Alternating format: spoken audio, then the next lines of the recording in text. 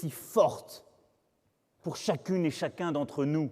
Et notre devoir, c'est bien de permettre à chacune et chacun d'entre nous de lire ces pages, de voir ces paysages, d'être ému à ces spectacles. C'est cela notre devoir.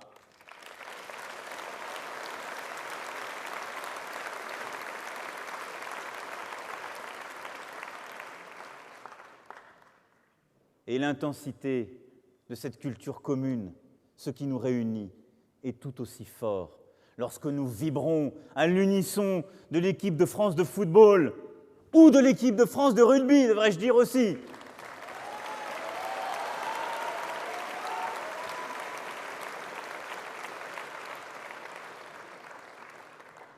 Parce que la transmission de notre culture, pour chacune et chacun, dans chaque endroit du pays, elle n'est jamais innocente. Parce que c'est à chaque fois une fenêtre ouverte. Vous savez, je repense souvent à ce fabuleux passage de la symphonie pastorale d'André Gide. Vous savez, c'est l'histoire de cette jeune fille aveugle, au fond, qu'un pasteur va transformer, à qui il va faire découvrir tant de choses. Le moment du récit le plus émouvant, celui qui donne son titre au livre, c'est ce moment unique où il emmène cette jeune fille aveugle au concert. Où cette jeune fille, modeste, qui n'avait jamais eu accès à la culture, découvre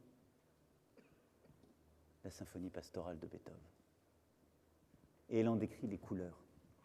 Elle met des mots sur la symphonie pastorale que le pasteur lui-même n'avait jamais eus.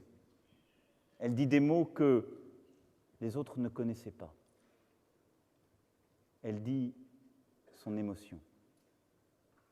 Mais au fond, elle communie avec toutes et tous ce qu'est notre expérience commune.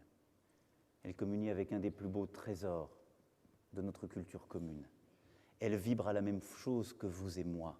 Elle détruit toutes les différences qu'il y avait à ce moment-là entre elle et les autres, parce qu'elle est forte de cette émotion partagée, et parce que cet homme lui avait tendu cette main, lui avait permis cette expérience.